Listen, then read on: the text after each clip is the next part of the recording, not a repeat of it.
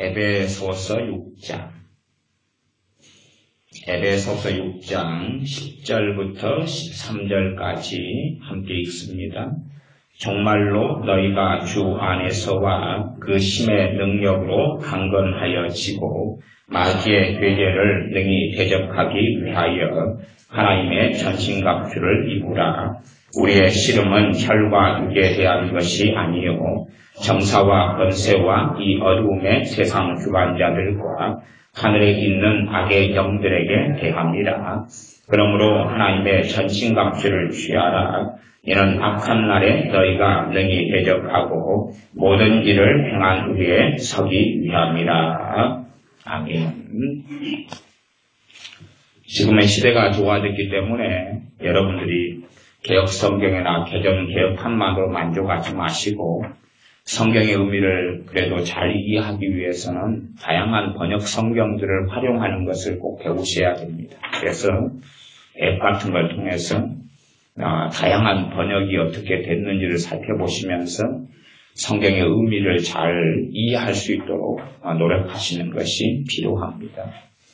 왜냐하면 한 가지 번역본만 보다 보면 고정관념이 많이 생깁니다. 한 2독, 3독, 5독 하다 보면 자기 스스로 이 말씀의 뜻은 이러겠지 하고 지레짐작하는 경우가 많아요. 그러다가 이제 다른 번역 성경들을 함께 보다 보면 내가 좀 착각을 하는 부분이 있구나, 내가 오해하고 복해하는 부분이 있구나 하는 것이 많이 드러납니다. 또 영어를 잘 하시는 분들은 영어 번역 성경들도 함께 참조하시면 좋겠습니다. 최소한 이제 저는 그렇게 생각합니다. 제가 다른 부분은 몰라도 이 마귀 역사는 제가 이 전문성이 꽤 있습니다. 그래서 최소한 이제 제게 말씀을 듣고 배우는 사람들이 마귀 역사에 대해서 모르고 계속 처절하게 당해간다 그러면 좀 곤란하다. 마귀 역사에 대해서 여러분들은 아시고 싸울 수 있어야 되고 분별하셔야 되고 승리하셔야 됩니다. 그러지 마귀 역사에 대해서 분별력이 없고 모른다 그러면은 좀 곤란합니다. 이제 주중의 말씀에 이어서 에베소 6장을 통하여서 마귀 역사에 대해서 말씀을 다루겠습니다. 제가 1년에 그래도 한 500번 이상 정도의 설교를 하는데 작년에 한 500번 설교할 때에 마귀 역사에 대해서 그래도 10서너 번 설교를 했습니다. 그러니 이제 올해에도 한 500번 설교하면 이제 10편에서 20편 정도 하겠죠. 그 중에서 이제 한 편이니까.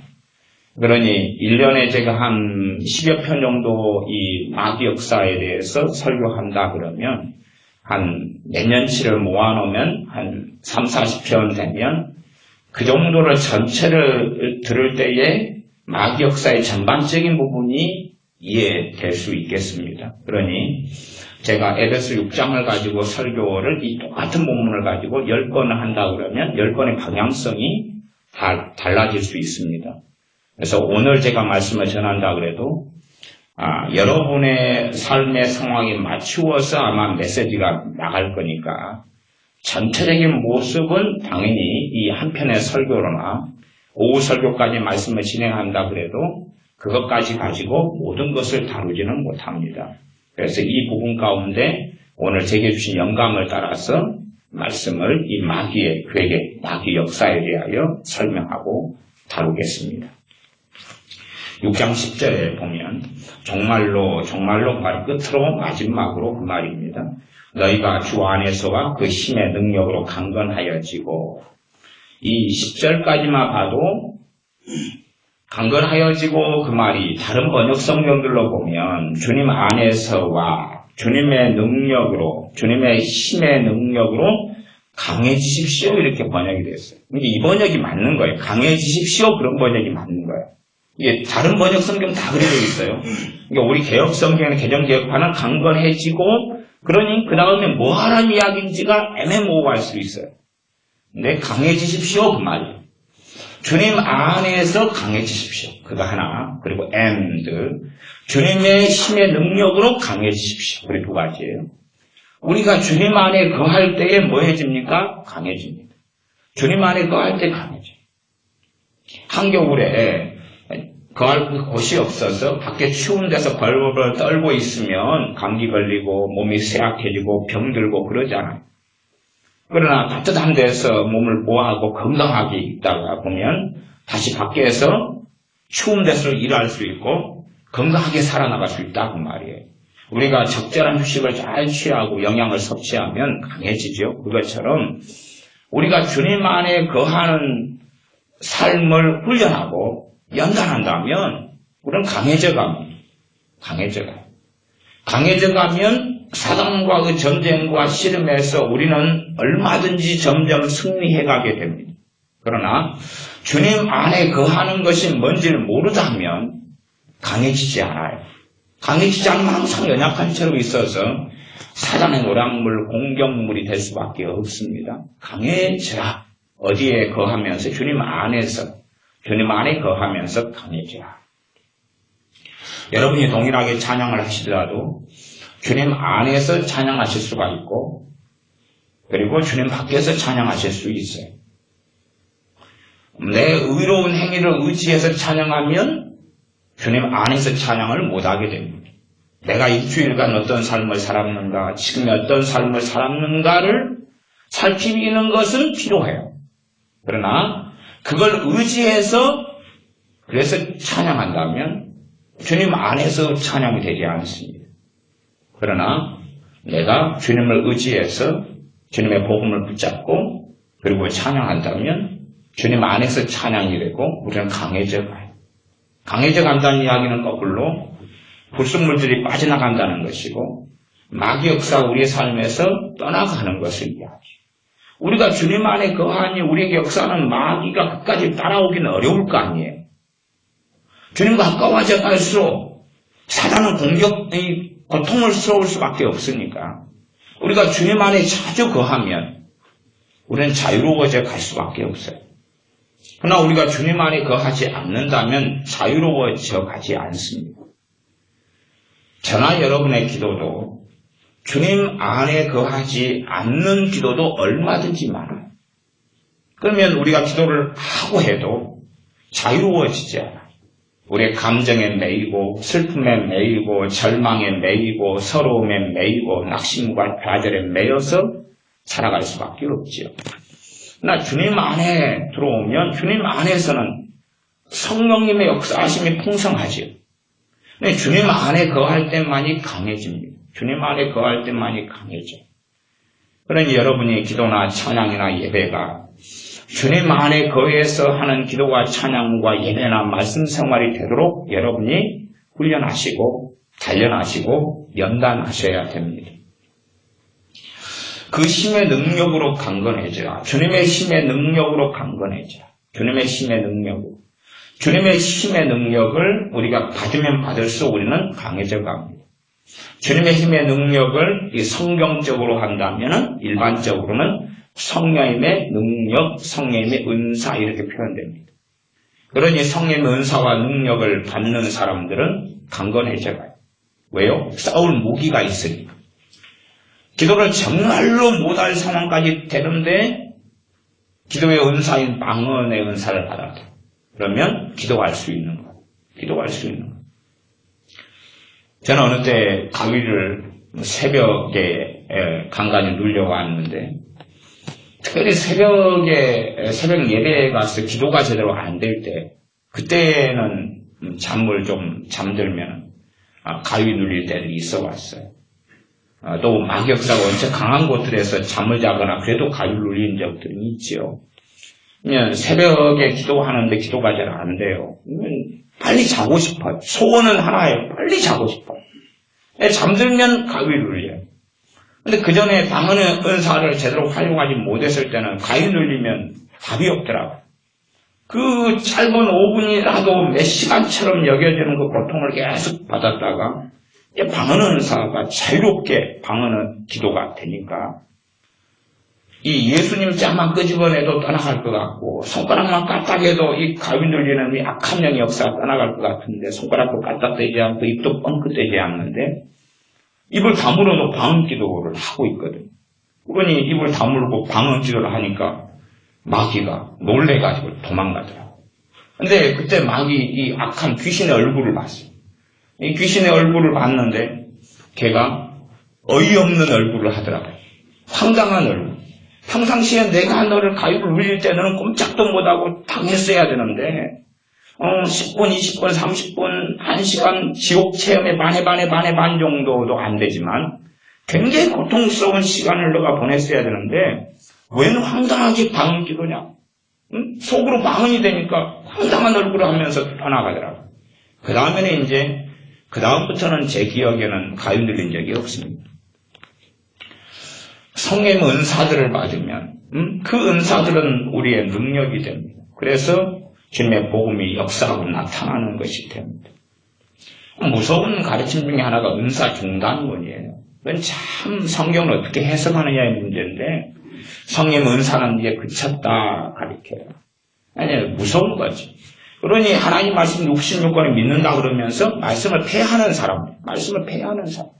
고린도전서의 말씀을 폐하고 성경의 말씀들을 많이 폐해요. 성령 세례에 대하여 주중의 말씀을 잠깐 전했지만 성령 세례는 있다. 그러나 예수님 믿은 다음부터 성령 세례는 다 받아버린 거다. 진짜로 성경에서 말씀하는 성령 세례가 그게 아니라면 어떻게 할 거예요? 그건 무서운 거예요. 예수님 믿자마자 다 성령 세례 받아버린 거다. 성경 명백하게 믿는 그리스도인에게는 성령이 임하여 계시다고 성경이 말씀해요. 그건 당연한 것입니다. 예수 믿는 사람은 물과 성령님으로 인하지 않으면 거듭날 수가 없어요. 그러니 물은 말씀이고 물과 성령으로 거듭나는 것이 신자이기 때문에 당연히 믿는 사람에게는 다 성령이 임하여 계셔요. 그건 당연한 것입니다. 그러나 성령님은 구약에서부터 역사에 오셨어요. 구약에서부터. 다윗도 성령의 역사로 살았고 모세도 그렇고 엘리야 선지자들이나 사사들은 다 그랬어요. 성령의 역사하신 거 다 살았어요.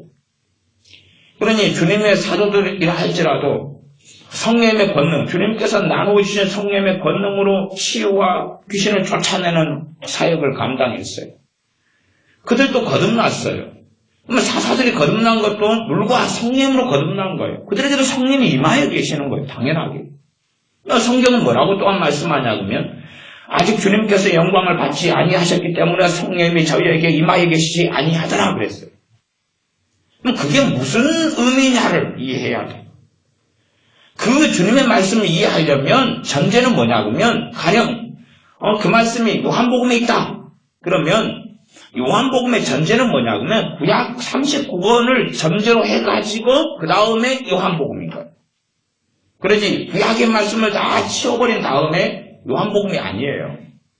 구약에 믿는 사람들이 역사하시는 성령 역사를 전제로 해가지고 그래가지고 특정한 의미에서 아직 이쪽 영역에서 다 말씀하지 않은 영역에서 아직 성령이 저에게 임하지 아니하셨더라고 이야기하는 거예요. 그지 이 땅만의 성령의 역사하심이 없다는 이야기가 아니었다고 말이에요. 그러니 성령이 임하시는 것은 주님의 십자가로 인하여서 주님의 대속으로 인하여서 모든 믿는 사람들이 특별한 사람들만이 아니라 모든 그리스도인들이 받을 성령의 권능과 성령의 세례를 이야기하는 거예요. 성령의 세례에 대하여서 지금 모든 신자는 받았다 하는 것이 고린도전서 12장이지만 고린도 12장이 고린도 전서가 쓰여진 게 AD 한 55년경이에요. 고린도 교회가 세워진 게 AD 한 51년경이에요. 그리고 고린도 전서가 쓰여졌을 때는 에베소 교회를 세우고 있는 그런 3차 전도여행의 상황이에요. 그 에베소 교회를 세울 때도 에베소 사도행전 19장에 보면 너희가 믿을 때에 성령님을 받았느냐? 그렇게 하면서 복음을 전해요. 사도 바울이. 그러니 사도 바울이 지금 모든 믿는 사람은 성령세를 받은 거다 라고 말하는 것으로 끝내고 있지는 않다고 말해요. 주님에 대하여 세례 요한은 소개하기는 물과 성령으로 세례 주시는 분이다라고 소개합니다. 그러니 한국교회가 무능해져가는 이유 중에 하나도 성령 세례를 신자가 받아버렸다고 이야기합니다. 그러나 사도행전을 보면 28장까지 보면 대표적인 사건과 일마다 성령 세례가 임한 사건들을 명백하게 명시하고 있어요. 명시하고 있어요. 이론적으로 믿는 사람이 성령 세례 받았다. 그렇게 말하는 게 아니라 오순절에 120명에게 성령 세례가 임하였을 때 무슨 일이 벌어졌는지. 오순절을 기점으로 해서 모든 신자가 받아버렸다는 게 아니라 그때 당시에 예수를 믿는 사람들은 120명 훨씬 이상이었습니다. 고린도전서 15장을 보면 최소 500명 이상이 나와요. 주님이 부활하신 후에 자신을 보이시는 사람들 500명이 넘었어요. 정말 주님의 사람들에게만 자신을 보이셨는데 한꺼번에 모인 사람들은 500명 이상의 사람들이 모인 적이 있었어요. 그러니 정말로 그때도 주님을 믿는 사람들은 당연히 500명 이상이에요. 그러나 오순절에 성령님은 그 모든 믿는 사람에게 임하신 게 아니고 120명 각 사람에게 임하신 거예요. 그 다음에 이제 이 어떤 면에서 보면 120명보다 주님을 먼저 믿은 사람들이 있어요. 먼저 믿은 사람 누구냐 그러면 사도행전 19장에 나오는 이 에베소 교회의 기둥이 된 사람들 12명. 그 12명은 사도 바울이 물었어요. 너희들 언제 예수님 믿었냐? 그러니까 우리는요 세례 요한의 전도를 받고 예수를 믿었습니다. 그렇게 고백해요. 그러니까 세례 요한은 일찍 주님의 사역 초기에 순교당해 죽었습니다. 그런데 그 세례 요한이 주님에 대하여 전하는 말씀을 듣고 우리 주 예수를 믿은 사람들이 12명이에요. 그 사람들이 어디에 살고 있었냐 하면 머나먼 땅의 왕 에베소에서 살고 있다가 사도 바울하고 만나면서 다시 복음을 전해 듣습니다. 그리고 이제 세례 요한의 세례만이 아니라 우리 주 예수님의 이름으로 세례를 받아요. 그리고 사도 바울이 안수와 기도합니다. 그때에 성령님이 그들에게 임하셔요. 성령 세례를 받았다 그 말이지. 120문도 이 120명의 오순절 마가다락방의 성령 세례가 임한 사건. 그때에 이 12명도 함께 받아버린 게 아니에요. 더 먼저 믿은 가능성이 아주 깊은 이 12명은 전혀 받지 못하고 있는 거예요, 그냥. 오순절은 성령 세례의 시작입니다. 끝이 아니고 시작이에요. 완성형이 아니에요. 그래서 사마리아의 복음이 전해진 다음에 우리 예수를 믿었어요. 영접했어요. 사마리아 사람들이. 그들은 거듭났죠. 거듭난 건 물과 성령님이 아니면 거듭날 수가 없어요. 그러니까 그들에게는 당연히 성령님이 임하셨어요. 그것을 또 다른 면에서는 성령세를 받았다고도 표현할 수 있어요. 그러나 직접 사도행전에서 말씀하거나 우리 주님께서 오직 성령님이 너에게 임하시면 너희가 권능을 받고 하는 부분하고는 달라요. 이게 달라요. 명확하게 사도행전이 다르다고 증명을 해버려요. 그래서 사마리아에 거듭난 사람들, 예수를 믿은 사람들이 자동적으로 성령님이 임하신 적이 없어요. 사도들이 가가지고 베드로와 요한 사도가 가서 성령님이 임하시기를 안수와 기도했을 때에 놀랍게 성령님이 그들에게 임하셨어요. 그러니 당시에 이 예수를 믿게 되었던 마술사 시몬이 얼마나 이게 놀라운지 목격을 한 다음에 현찰로 돈을 주면서 은을 주면서 이 내가 원하는 사람마다 이런 역사가 나타날 수 있도록 하는 그런 권세를, 그런 능력을 내게 돈 주고 팔아라. 그렇게 요구했지요. 또한 나중에 고넬료 가정의 복음을 사도 베드로가 전할 때에 복음을 듣고 예수를 믿는 그 순간에 함께 성령 세례가 임했어요. 그것이 사도행전이 계속 이어지는 일이에요. 사도 바울 이전에 청년 사울이 담에서 또다시 주님을 만나고 3일간 식음을 전폐하고 기도하면서 회개하고 주님을 믿고 영접하게 되었어요. 그때에 주님께서 제자 아나니아를 보내셔서 안수하게 하시고 눈을 소경되었던 청년 사울의 눈을 뜨게 하시고 그리고 성령 충만을 주셨다라고 기록되어 있어요. 기본적인 이야기는 그렇습니다. 성령 세례 없이 성령 충만은 없습니다. 그러니 한국교회는 뭘 가르치냐고 하면 성령 충만을 가르쳐요. 그러나 성령 세례 받지 않는 사람들이 어떻게 성령 충만을 받냐고 말이에요. 성경은 성령 충만 이전에 성령세를 이야기해요. 그러니 그런 게 무서운 거예요. 성경을 똑같이 66권을 믿는다 그러면서 어떤 말씀들에 대해서는 이루어졌다, 필요 없다. 그리고 자꾸 폐해버려요. 성경을. 성경을 폐하는 식으로 성경 해석을 하면 안 돼요. 하나님 말씀 66권은 폐해진 적이 없어요. 율법의 1.1절도 폐하지 않고 이루리라고 말씀해요. 우리 주님 안에서, 주님의 십자가 안에서 그림자이고 모형인 것들은 이루어졌기 때문에 더 이상 필요가 없어서 사용하지 않는 거예요. 또한 기도와 말씀으로 거룩해지기 때문에 음식법 같은 것, 돼지고기, 삼겹살 이런 것도 마음껏 먹을 수 있어요. 절기들 같은 것도 그림자거든요. 그러니 더 이상 지킬 필요가 없게 되어져요. 그 특별한 용도와 의미가 있거든요. 그러한 의식들에 대해서는 폐해진 문제가 아니라 폐해지기 전에 완성되었기 때문에 이제 더 이상 사용할 필요가 없어서 그런 거예요. 우리가 화물차가 있는데 화물차 멀쩡히 놔두고 리어커 끌고 다닙니까? 화물차에 짐 실어가지고 나를 수 있는데 빠지게 지고 지게 지고 다닐 필요가 없다 그 말이에요. 그런 이야기 때문에 폐해지게 된 것이에요. 그런 영역의 말씀들이 있어요. 십계명 2계명에 보면 출애굽기 20장이죠. 4절부터인데 4절, 5절, 6절이죠. 거기에 우상을 만들지 말아라. 우상에게 절하지 말아라. 우상을 섬기지 말아라. 우상을 만들고 우상에게 절하고 우상을 섬기면 3대, 4대까지는 내가 재앙을 주리라. 3대, 4대까지 내가 보응하리라. 내가 갚아주겠다. 보응하겠다. 하나님을 사랑하고 하나님 말씀 지키는 자들에게는 1000대까지 은혜를 베풀겠다. 이렇게 말씀했어요. 그러면 어떤 사람들 그렇게 성경을 해석합니다. 주님의 십자가 때문에 그건 없어졌다. 주님의 십자가 때문에 우상에게 절하지 말아라, 섬기지 말아라, 우상을 만들지 말아라. 그런 말씀은 유효하지만 그 말씀을 어긴다 해서 3대, 4대까지 하나님이 보응한다는 것은 해당이 없다. 그렇게 이제 성경을 또 폐해버리는 사람들이 있어요. 그렇지 않습니다. 우리가 하는 선택과 행위는 우리의 자손들에게 그대로 책임이 전가됩니다. 그대로 전가돼요. 성경을 마음대로 폐하는 사람들이 있는데 그러면서 자기는 욕심 있고 모호한 말씀을 믿는다고 하면 그건 거짓말쟁이들입니다. 그렇게 되지 않습니다. 물론 이 십계명, 2계명을 다루는 데는 상당한 난점이 있어요.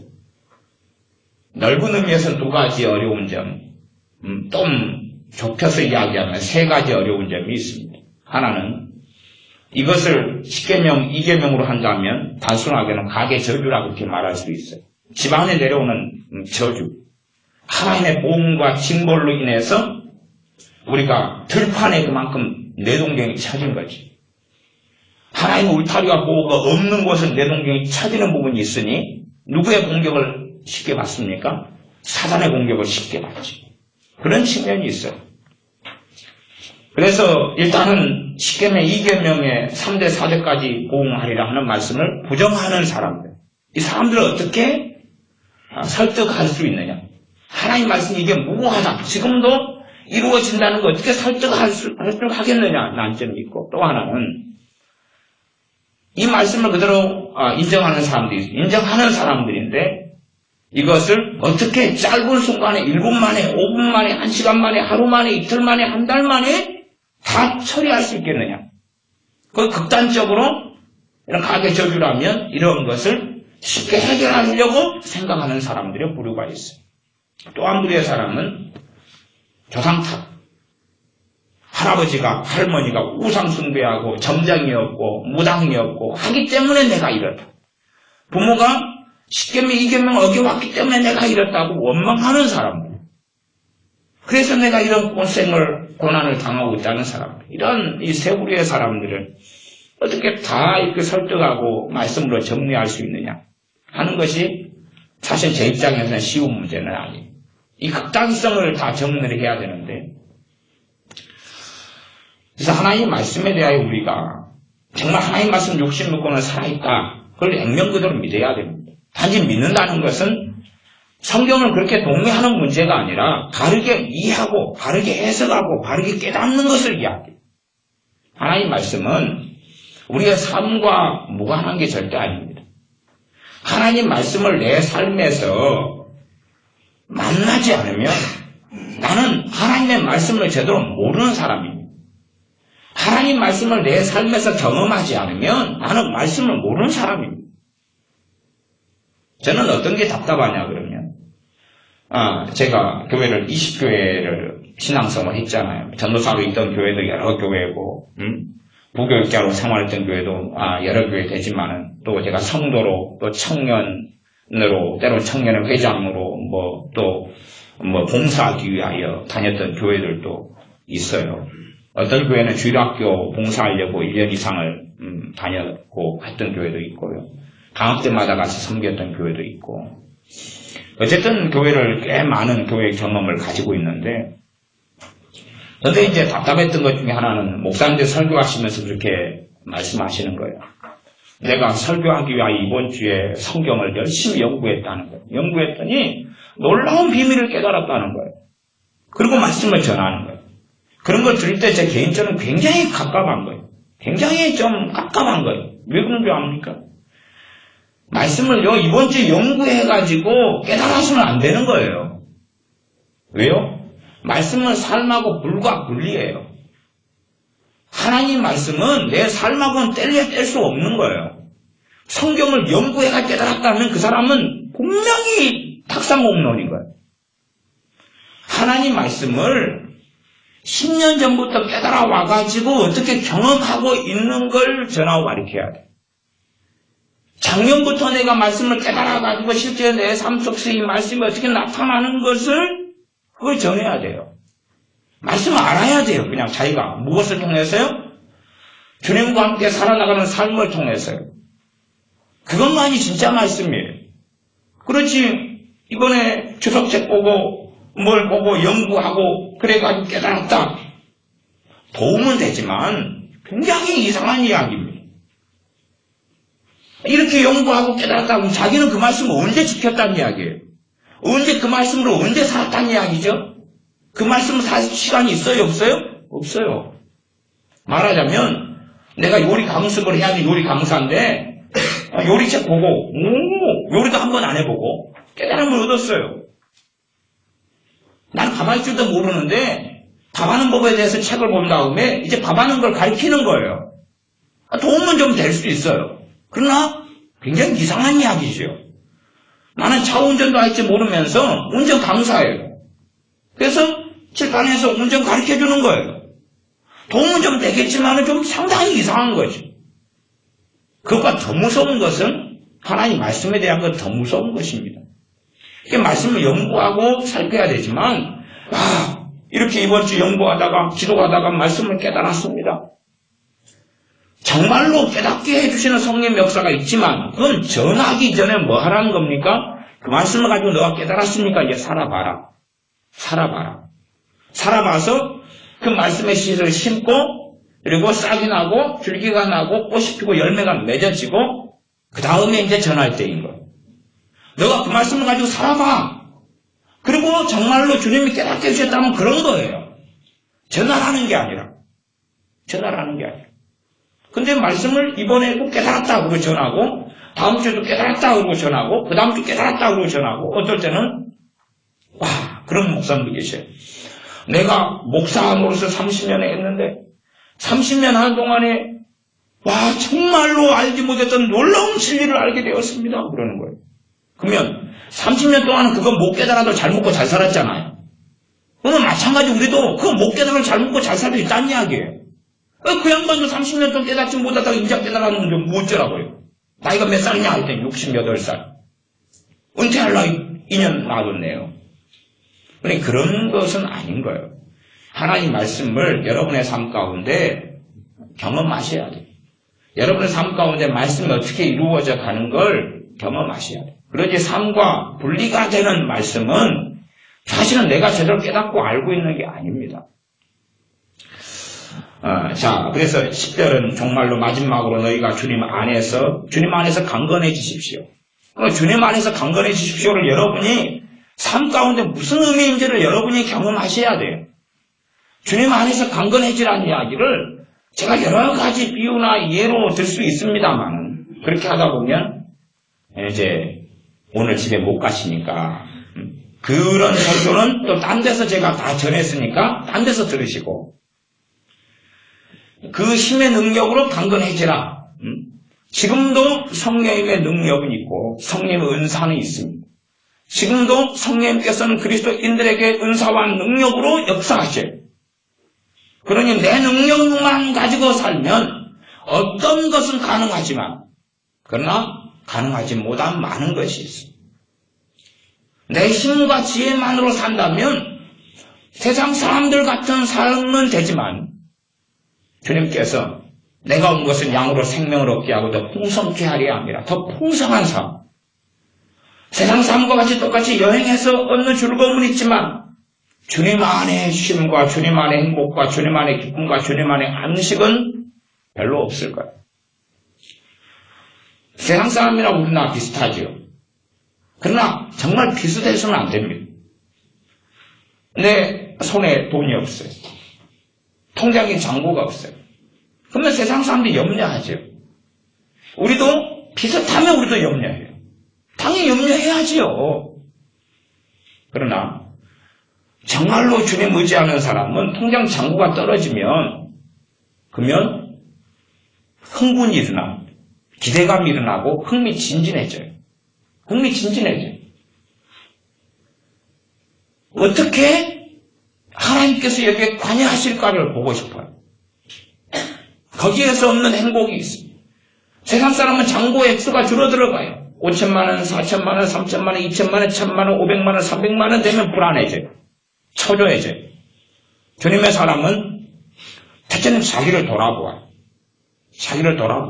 돈의 빈곤은 주님과 관계에서 문제일 가능성도 아주 높거든요. 자기를 돌아보아요.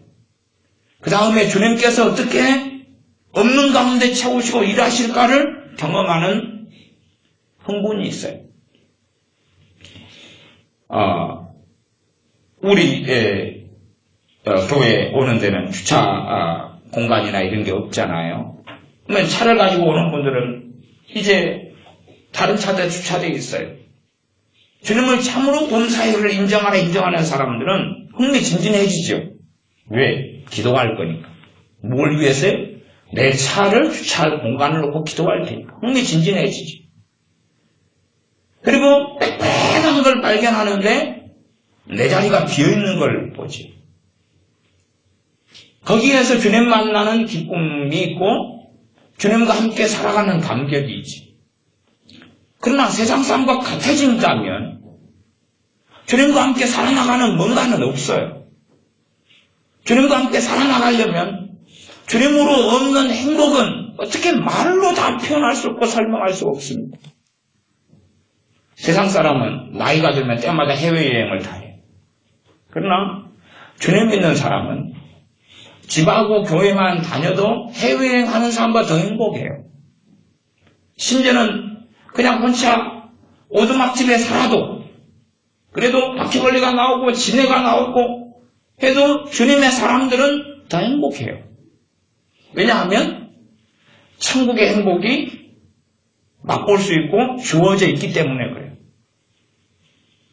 그러나 세상 사람들 같이 똑같이 느낀다면 오두막집에서 지네 나오고 바퀴벌레 나오고 모기가 막 비행을 하고 다니고 모기하고 우리 청소년하고 만나면 비행 청소년이 되죠. 모기가 비행을 하고 다니고 피를 몇 번 빨아버리면 비행 청소년이 나올 수도 있어요. 그런 걸 보면서 이 세상 사람들은 탄식하고 울고 서러워하지만 우리 신앙의 현주소를 발견해야 돼. 내가 주님과 함께 살고 있는가? 주님께서 계시는 곳은 하늘나라 천국이 됩니다. 그럼 내가 주님과 함께 살고 있다면 신학적으로야 주님이 우리와 함께 하시죠. 그러나 주님과 함께 내가 살고 있다면 세상 사람이 가지지 않은 만족이 있어요. 내가 주님 안에 있다면 세상 사람이 가지지 않은 행복이 있어요. 그러한 기쁨이 있어요. 그래서 주님과 함께 살아나가면 살아나갈수록 세상에 연연한 것들이 없어져 갑니다. 그전에는 옷에 연연하고 자동차가 얼마나 삐까뻔쩍한가 연연하고 집이 얼마나 좋고 부진가 연연하고 내가 메이크 옷을 입었나 입지 않았나 연연하고 내가 때마다 사시사철 맛있는 음식을 어떻게 먹느냐 먹지 않느냐 연연하고 내 소득이 얼마나 많으냐 적으냐 연연하고 물론 소득이 많으면 좋지요. 그러나 많아진다 해서 대단한 기쁨을 가지지도 오지도 않습니다. 그전에는 그것을 정말 그 음식을 먹었으면 너무 좋겠다 싶은데 그것도 연연하는 게 사라져가요. 먹어도 감사하고 좋고 먹지 않아도 뭐 대단한 식품이나 문제는 없다는 사실이죠. 주님 안에 살아나가는 것을 우리는 반드시 배워야 되고 주님 안에 거할 때 우리는 강해져 갑니다. 주님의 능력을 받아서 할 때 우리는 강해져 가고 강건해져 가요.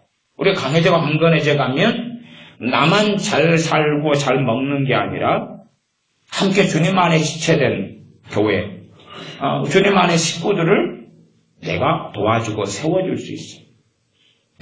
내 자녀를 세워줄 수 있어요. 내 자녀가 믿음을 가졌다 해도 다 어린아이잖아요. 내 자녀를 세워줘 갈 수 있어요. 내 형제를 세워줘 갈 수 있어요.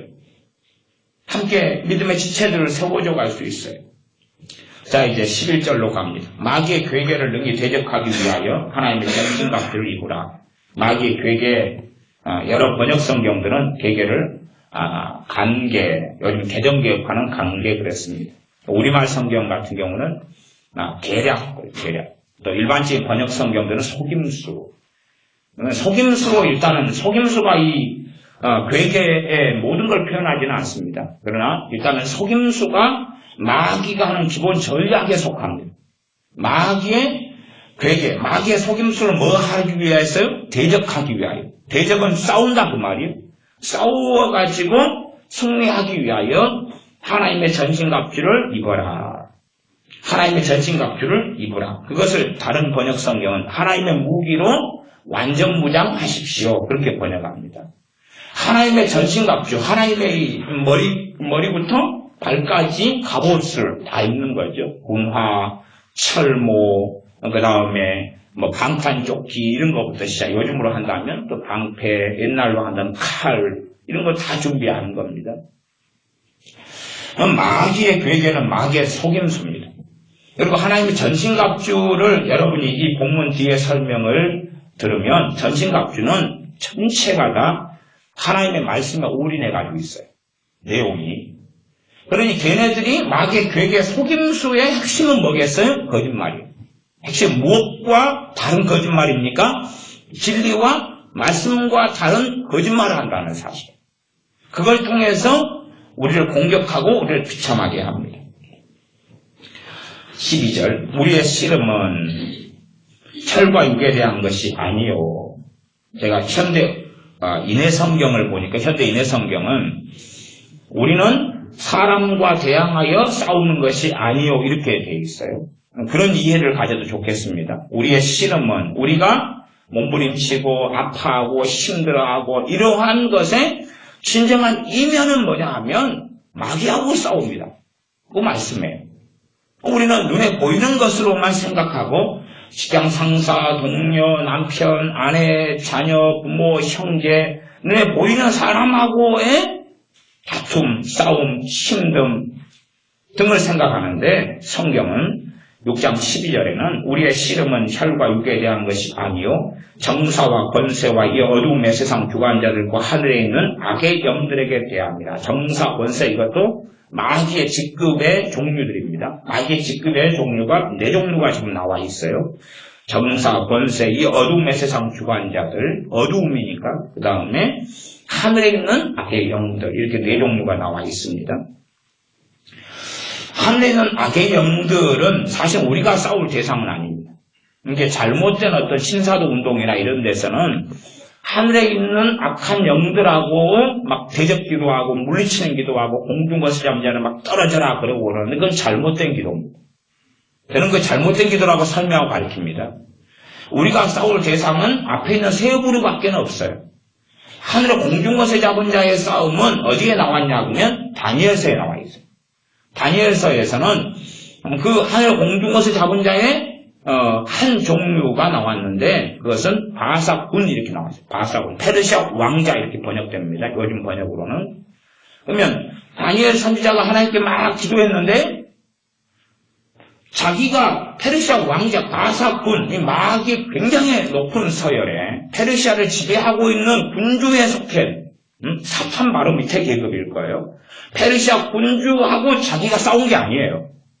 누가 싸운 겁니까? 가브리엘 천사장이 싸운 거예요. 가브리엘 천사장이 하나님의 응답을 가지고 올 때 미가엘 천사장이 와서 대신 싸워주고 다시 응답을 가지고 오고 그다음 가브리엘 천사장이 뭐라고 또 이야기했는데 내가 가서 또 싸워야 된다 그래요. 그리고 가서 또 싸워요. 근데 그 싸움은 다니엘 선지자가 기도로 싸우는 싸움이 아니에요. 아니 예수님의 이름으로 떠나가라 물러가라 해서 싸우는 게 아니에요. 다니엘 선지자의 것은 기도밖에 없어요. 그리고 그 싸움은 이제 천사장이나 천사나 하나님의 명령에 의하여 싸우는 거예요. 우리의 소관은 그건 아니에요. 그러니까 다니엘서를 본문 그대로 잘 이해해야 돼요. 그다음 우리의 싸움은 예수님의 이름으로 마귀를 대적하고 물리치는 것은 하늘에 있는 악한 영들이 아니라 우리에게 역사하는 악한 영들이에요. 우리에게 역사하는 계급이 세 부류예요. 정사, 권세, 이 어두움의 세상 주관자들까지가 우리에게 역사하는 부류입니다. 그렇게 잘 싸우고 대적하기 위하여서 하나님의 전신갑주를 입으라. 그렇게 말씀했습니다. 그 다음에 13절은 그러므로 하나님의 전신갑주를 취하라. 전신갑주 내용을 짧게 살펴봅니다. 이 전신갑주에 대해서는 제가 설교를 여러 차례 했기 때문에 자세하게는 다루지 않습니다. 오늘 설교하는 내용의 핵심은 이게 아니니까. 그러나 간략하게 보면 14절을 보면 진리로 너희 허리띠를 띠라. 진리는 하나님의 말씀이죠. 아버지의 말씀이 진리이다 그랬죠. 진리로 허리띠를 띠라. 하나님의 말씀이고 의의 흉배를 붙이라. 성경에서 의가 많이 나왔어요. 의가. 그 의에 대해서 알아가면 이제 무엇을 띌 수 있어요? 의의 흉배를 띌 수 있겠지. 첫 번째 성경이 주목하는 의는 무슨 의냐 그러면 하나님의 의입니다. 하나님의 의. 하나님께로부터 난 의예요. 나아가서 고린도전서 1장에 보면 예수님께서 우리의 무엇이 되셨다 그럽니까? 의로움이 되셨다 그래요. 의의 흉배, 내 의의 흉배의 첫 번째 의는 하나님께로 난 의고 믿음으로 난 의고 예수 그리스도로 난 의예요. 그러한 말씀들로 무장되는 것이 의의 흉배의 첫 번째. 두 번째는 우리를 의로운 삶으로 부르셨어요. 그러니 우리가 이제 주님을 의지하고 어떤 삶을, 말씀을 통하여 어떤 삶을 사는 겁니까? 의로운 삶을 사는 의가 또 결부되어 있어요. 그래서 이 의의 흉배는 두 가지가 함께 있는 것입니다. 그러나 기본이 안 되면 그 다음은 안 돼요. 기본이 안 되면 그 다음이 안 돼요. 기본은 뭐냐 하면 그리스도의 의를 옷 입고 가져야 돼요. 믿음으로 난 의를 가져야 돼요. 그럴 때만이 의로운 삶이 살아나갈 준비가 되는 거예요. 수영 선수가 되려는데 수영하는 연습도 안 되고 폼도 없고 배영이 뭔지 배영 그러니까 그냥 배만 볼록 나와가지고 배만 두들고 있고 그럼 배영이다 그러고 그러면 곤란하잖아요. 수영 선수가 되려면 평영, 자유형, 배영 전부 다 능숙하게 훈련해가지고 돼야 되는 것처럼 정말 내가 의로운 삶을 살아가려면 하나님의 의, 내가 만드는 의가 아니라 그리스도로 난 의, 믿음으로 얻는 의에 대하여 확실히 알고 깨닫고 붙잡고 살아가야 해요. 그런 가운데 의로운 삶의 길을 어떤 어린아이 신자는 한 2걸음, 어떤 좀 장성한 사람은 한 500걸음, 1000걸음 그렇게 나아가고 있는 거죠. 때로는 후퇴하기도 하고 나아가기도 하고 산등선 넘다가 또 추락해가지고 다리 부러져서 또 한 3개월 입원했다가 또 나와서 또 쩔뚝거리고 갔다가 그러겠죠. 의에 대한 것. 15절은 평안의 복음. 평안의 복음은 평화의 복음입니다. 평화의 복음. 우리말 성경은 평화의 복음. 그게 좀 더 여러분 이해하기가 좋을 겁니다. 평화의 복음. 복음을 통하여 누구하고 평화가 일어나죠? 하나님 전능하신 창조주와 평화가 일어납니다. 복음은 누구십니까? 우리 주 예수 그리스도 주님이 복음이십니다. 주님의 죽으심과 주님의 부활, 그분의 대속, 그분의 고난, 그분의 피 흘리심을 통하여 하나님과 내가 평화롭게 되어져. 이게 출발이에요. 출발. 그러니까 평화의 복음을 내가 가지고 있어야 돼. 평화의 복음. 남한테 전한다 이전에 내가 지금 가지고 있고 누려야지 되는데 자기도 이 복음을 통하여 하나님과 평화하지 않으면 그리고 너무 힘들어요. 그래서 자기 원수에게 전도를 해요. 나도 너무 힘들어 죽겠으니까 너도 신앙생활 하면서 너도 힘들어 죽어버려라. 나도 교회생활 너무 힘드니까 너도 조직의 쓴맛을 봐라. 그리고 전도를 한다면 곤란하지. 복음은 평화의 복음. 내가 복음을 가지고 복음 안에 사는 자가 전하는 거지. 평화의 복음을 내가 가졌는가. 평화의 복음이 뭐가 된다? 신발이래요. 신발이 지금은 길이 좋으니까 맨발로 다녀도 돼요. 근데 예전에는 안 그랬잖아요. 얼마나 아스팔트, 콘크리트 없어서 돌이 삐죽삐죽 튀어나오고 가시가 있고 막 곳곳이 그랬잖아요. 신발만 좋은 신발 신어야 돼. 양말 신고 신발 신고 튼튼한 신발 신으면 아무거나 밟아도 되잖아요. 또 신발 구멍 나지 않았으면 비가 와도 막 그냥 밟고 다니고. 아이들은 장화 참 좋아하더라고요. 비 오는 날 장화 신고 막 아무데나 막 도시고 다녀요. 얼마나 좋아요. 이 신발을 잘 신어야지. 아무데나 다니는 건 아무데나 다닐 수 있어요. 평화의 복음을 우리가 가져야지만 활동이 자유롭습니다. 어느 곳에서나 갈 수 있어요. 그래서 군인들은 워커를 신어요. 군화를 신어요. 군화 가지고 철조망도 막 발로 밟아요. 왜? 철조망 가시가 군화를 뚫고 들어오지 않거든요. 또 발목까지 이렇게 군화는 돼 있는데 이게 산속에 이렇게 수색대 같은 걸로 돌아다니게 되면 뱀이 이렇게 물어요. 근데 뱀이 주로 독사는 이렇게 튀어오릅니다. 독사는 튀어올라요. 짝대기로 이렇게 튀어오를 때 순발력이 있어야 돼. 저도 독사를 잡고 막 그랬는데 튀어오르면 이렇게 짝대기로 쳐야 돼. 독사는 일단 팍 튀어오릅니다.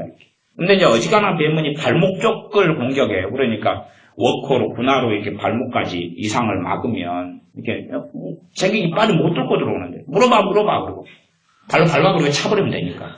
그런 상관이 없죠. 그러니 군화를 신으면은 사람들이 태권도 1단을 먹어준다 그래. 군화만 신으면은 또 병이 도지잖아요. 땅통을 차고 싶고 돌을 차고 싶고 예비군령 갔다 오면은 막 근처는 난장판이 됩니다. 저기 어느 집에 앞에 옛날에 드럼통을 집 앞에 민가에는 많이 놔뒀어요. 그러면 예비군령 갔다 온 군인들이 이제 예비군들이 지나가면서 드럼통을 다 한 번씩 발로 차가지고 다 쪼그라져 있어요. 군화만 신으면 막 충동이 일어나요. 뭔가 차도 난 내가 승리한다 그러고. 근데 우리는 군화보다 더 좋은 평화의 복음을 가지고 있습니다. 하나님과 평화한 이유가 저나 여러분 때문이 아닙니다. 주님의 피 흘리심 때문에 그렇습니다. 우리 주 예수님의 피 흘리심 때문에 하나님과 우리가 평화하게 되지. 내 거룩함, 내 깨끗함, 내 의로움, 내 잘남, 내 멋짐이 결코 아닙니다. 그러니 평화의 복음을 가져야 됩니다. 그래서 복음 설교는 항상 모든 믿는 사람이 드려야 될 설교가 됩니다. 과거에 영국의 유명한 마틴 로이전스 목사님 같은 경우는 일주일에 꼭 한 번씩은 복음 설교를 했습니다. 저는 그게 궁금했어요. 왜 저분은 꼭 일주일에 한 번씩은 복음 설교를 하는가? 아니 복음 다 알고 있는데 왜 그러는가 궁금했어요. 나중에 목회를 하면 시간이 흘러가니까 그래서 그렇구나. 복음은 참으로 불신자에게 전할 그러한 복음이 되기도 하지만 무엇보다 얼마나 우리 그리스도인들의 복음을 쉽게 잃어버리는가, 얼마나 복음의 깊이 속에 들어가지 못하는가를 시간이 흘러가면서 제가 깨닫고 알면서 역시 그 유명한 목사님이 이름값을 하시는구나. 정말 뭔가를 알고 계시구나. 그런 것을 느끼고 깨달았습니다. 16절 모든 것 위에 믿음의 방패를 가지고 믿음은 들음에서 나며 들음은 그리스도의 말씀으로 말미암느니라. 주님의 말씀을 통하여 뭐가 생깁니까? 믿음이 생겨요. 믿음이. 그 믿음을 그러니까 믿음의 근원도 뭐죠? 말씀이잖아요. 일단 말씀이에요. 믿음의 방패를 가지고 이로써 능히 악한 자의 모든 화전은 보라살이죠. 그러면 이 사단이 더러운 귀신이 뭘 쏩니까? 보라살을 쏘는 거예요. 그럼 여러분이 알든지 모르든지 불화살은 날아옵니까? 안 날아옵니까? 날아와요. 날아와요. 그러면 저는 그렇게 생각합니다. 무슨 불화살이 날아오는지 여러분이 모르고 산다면 여러분은 당하고 사시는 거예요. 당하고 살기 때문에 모르는 것입니다. 아는 사람은 당하지 않으니까 구별을 하죠. 구별을 해요. 그래서 영적으로는 저는 그렇다고 생각합니다.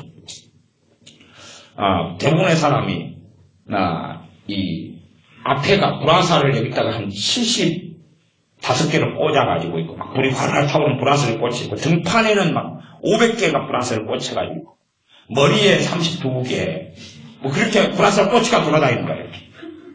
믿음의 방패가 없으니까. 그리고 관역탕이 돼가지고 쏴라 그러고 있는 거예요. 그러니까 계속 맞죠. 그래갖고 그냥 그래도 안 죽고 살아가는 이 좀비도 아니고 스켈레톤도 아니고 아주 천하무적도 아니면서 이 고통을 느끼는 변태가 돼가지고 또 불화살을 계속 맞고 몸은 불타오른 채로 돌아다니고 있는 거예요.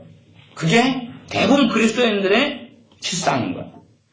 불화살이 어떻게 날아오는지 막아본 사람은 알겠죠. 안 막아본 사람은 모르겠죠. 저는 참 감사해요. 이 에베소 교회는 건강한 교회입니다. 소아시아의 7교회에 보낸 요한계시록에 나와 있을 때 AD 한 99년이 되고 AD 90년대가 됐던 에베소 교회는 병든 교회였으나 이때 당시 에베소 교회, 에베소서가 쓰여질 때 교회는 건강한 교회였어요. 사도행전 19장에 보면 에베소의 12명이 세례 요한의 전도를 통해 예수를 믿었던 12명이 사도 바울의 안수를 받고 성령 세례를 받으면서 에베소 교회가 시작돼요. 그리고 사도 바울이 에베소에서 이 12명에게 안수하고 성령 세례와 충만을 경험하고 그리고 이제 회당에 들어가 3개월 동안 말씀을 전해요. 회당에서. 그리고 이들이 거부하니까 브람노에서 본격적으로 2년 동안을 말씀을 전해요. 2년 동안. 이렇게 전체로 한다면 2년 3개월 동안에 에베소에서 강력하게 밤낮 말씀을 전해요. 2년 3개월. 사도 바울 같은 사도 중에 사도가 2년 3개월 동안 그렇게 말씀을 전하니 에베소 교회는 얼마나 말씀에 세워진 교회입니까? 그러니 제가 건강한 교회라고 이야기합니다. 그 다음 세대가 되어버린 에베소 교회는 처음 사랑을 잃어버린 교회였습니다. 주님의 심판과 징계를 앞두고 있는 교회가 되었으나 지금 에베소서가 쓰여진 교회는 아주 건강한 교회, 말씀에 세워진 교회. 이 교회에 대하여서 마귀의 공격, 마귀의 괴계, 마귀의 역사를 설명하는 것이 저는 너무 감사해요. 왜 그러냐면 갈라디아 교회처럼 다른 복음이 들어와 버리고 막 난장판이 된 교회, 마귀의 괴계, 마귀의 역사 그러면 우리가 어떻게 생각하겠어요? 잘못된 길을 걸어갔고 이단이 됐고 사이비가 됐고 미혹이 됐고 그러니까 마귀 역사하지. 우리같이 건강한 신앙생활하고 잘 믿고 있는 사람 마귀 역사 안 해. 그렇게 생각할 거 아니에요. 근데 이 에베소 교회는 이때 당시에는 건강한 교회인데 마귀 역사를 어느 성경보다도 많이 설명을 해요. 그러니까 저는 감사한 거예요. 봐봐라, 우리보다 더 건강한 사람들이 이 사람들인데, 우리보다 더 영적으로 강건한 사람들이 이 사람들인데, 초대교회 연장 이어졌던 사도 바울을 통한 3차 전병에서 세웠던 교회, 2년 3개월 동안 어마어마한 말씀을 밤낮 없이 가르쳐 세워진 교회. 이 참 건강한 교회인데 마귀 역사를 이렇게 설명을 많이 하는 게 감사해요. 정도면은 앞으로 넘겨가서 마귀 역사를 제가 많이 설명한다고 했으니까 제가 말하는 것을 증명을 좀 해야 되겠죠. 그러면 2장 1절로 가보겠습니다. 2장 1절이죠. 제가 읽습니다.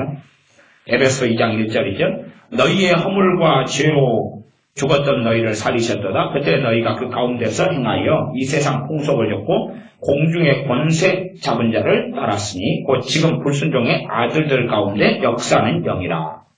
불순종의 아들들을 그리스도 불신자라고 이야기해. 넌크리스찬. 불순종의 아들들 가운데 뭐가 역사하고 있다고요? 영이 역사하고 있다. 무슨 영이? 악령, 귀신들, 악한 영. 사람이 죽어서 귀신은 안 됩니다. 나 개혁 성경으로 번역할 때에 이제 귀신이라고 선택을 한 거예요, 단어를. 이제 오해했으면 안 됩니다. 베레아처럼 착각해서는 안 됩니다. 사람이 죽은 다음에는 천국과 지옥으로 가버립니다. 그 영혼은 가버리고 이 땅에서 귀신은 타락한 천사입니다. 거의 3분의 1 정도가 하나님께 반역을 했어요. 왜? 하나님께서는 사람에게나 천사들에게나 자유의지를 주셨어요.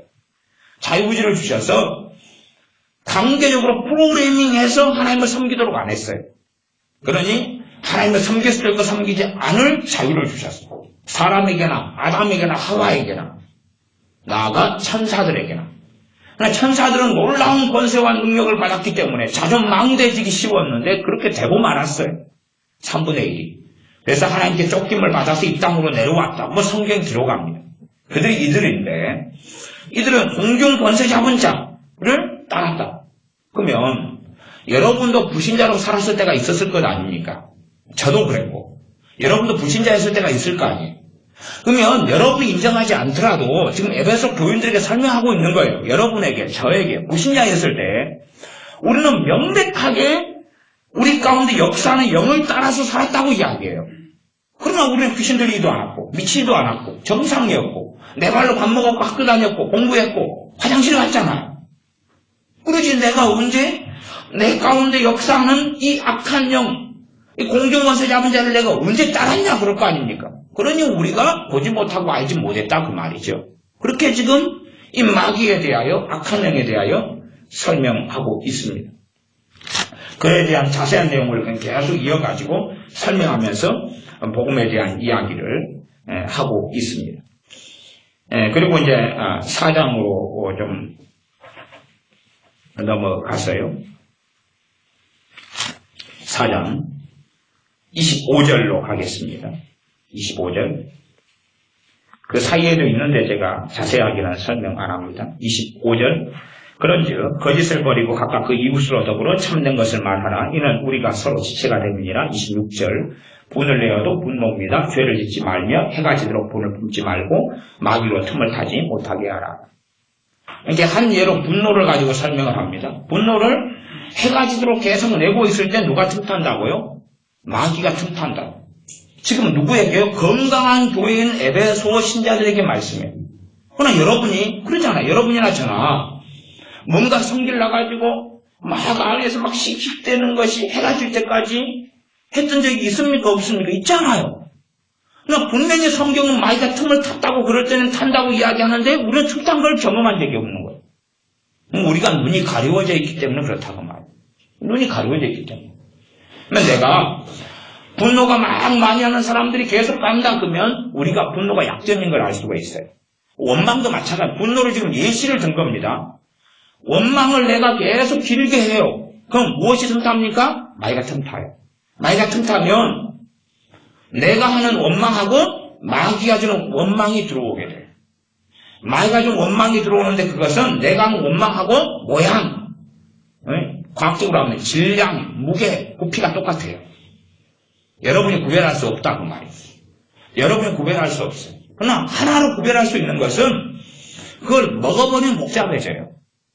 여러분이 하는 이 원망이나 분노는 해도 그것이 원인돼서 마귀가 틈을 타게 되는 것이지만 마귀가 틈을 타면서 일어나는 것은 걔네들이 주는 거예요. 분노도 걔네들이 줘요. 여러분이 분노를 막 하다가 어느 때 돼서 누가 분노를 줘요? 마귀가요. 누구 생각도 감정처럼요? 내 생각과 감정처럼. 그걸 먹어버리면 전문용어로 미치고 환장해집니다. 어느 때 여러분이 분노를 내보지 말까 좀 내다가 보면 어느 때 되면 막 이런 거 막 뒤집어 엎어버리고 싶어요. 엎어버리고 싶은 데서 절제를 해야 되는데 절제하지 않고 엎어버리면 상황이 심각해져요. 그리고 이제 한 시간이나 지난 다음에 꺼지겠죠. 왜? 이 악한 영은 전능한 존재가 아니, 전능한 신분 하나님밖에 안 계시니까. 얘네들이 힘을 좀 쓰고 나면 이제 배터리가 떨어지거든요. 얘들도 충전을 해야 돼요. 우리들도 육체의 힘의 한계가 있잖아요. 마찬가지로 유한자예요. 귀신들도 유한자이기 때문에 힘을 좀 쓰면 이제 쉬어야 돼요. 얘네들도. 얘네들이 뭐 맨날 힘 쓰는 줄 압니까? 힘을 좀 쓰다가 배터리 떨어져요. 얘들도 좀 쉬어야 돼요. 그러니까 한번 바짝 힘을 쓰고 이제 꺼져요. 그 다음에 멀쩡하게 돌아오죠.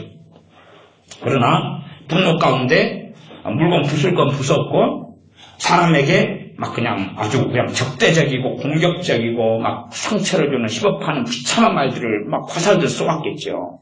그럼 내가 누가 돼서 마귀가 통로가 돼가지고 그 다음에 이제 그런 일이 점점점 빈번해져 가기 시작해요. 자주 있기 시작해요. 분노가 더 자주 일어나고 더 틈이 벌어지면서 공격이 더 쉽게 들어오는데 공격은 간단한 거예요. 그래서 사탄의 마귀의 괴계라 그러는 거예요. 마귀의 속임수, 마귀의 전략, 마귀의 계략이라고 그러는 거예요. 계략이 간단한 건 뭐냐 그러면 구분하지 못하게 주는 거예요. 오렌지가 우리 이제 예배당이 좀 있었는데 그걸 갖다가 이제 애들이 오렌지를 이제 계략을 썼어요. 계략을 써서 오렌지 알맹이를 표시 안 나게 싹 잘라요. 그래가지고 알맹이를 싹 긁어내고 그 다음에 오렌지가 든척 해가지고 딱 뚜껑을 덮어놨어요. 그 계략을 애들이 자주 쓰거든요. 그러니까 제가 보니까 그 계략을 애들이 써놨더라고요. 하고 딱 보니까 오렌지 뚜껑을 덮고 있는 거예요. 그러니까 오렌지가 총 한 10개가 있으면 그 가운데 한 5개를 이렇게 썰어놓고 그냥 다 알맹이를 뽑아먹고 5개만 진짜 5개는 가짜 이렇게 해놨어요. 그래서 그 계략을 써놨길래 낚시는 제가 했죠. 애들이 들어오길래 야야 오렌지 먹어라 오렌지. 그랬더니 아내가 오렌지를 딱 집었는데 뚜껑이 벗겨지는 거예요. 안에는 아무것도 없어요. 에이 그 옆에 거 뚜껑 들었더니 아무것도 없어요. 겉으로 볼 때 똑같이 보이게 하는 거 똑같이.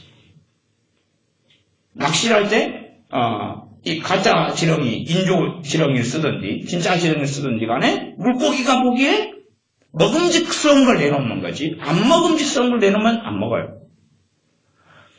마찬가지로 사단이 역사하고 주는 것은 가장 기본적으로는 생각과 감정입니다. 생각과 감정. 억울한 마음을 줘요.